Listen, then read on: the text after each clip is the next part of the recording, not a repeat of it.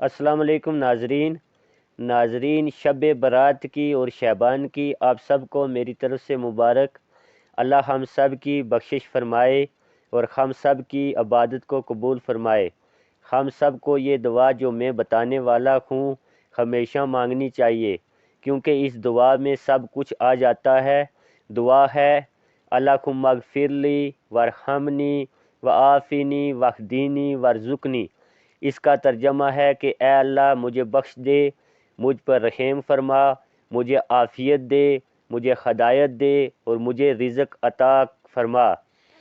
یہ دعا آج کی رات آپ بار بار مانگیں، اور یہ دعا ہم سب کو ہمیشہ ہی مانگنی چاہیے، کیونکہ اس دعا میں سب کچھ دنیا آخرت سب کچھ آ جاتا ہے۔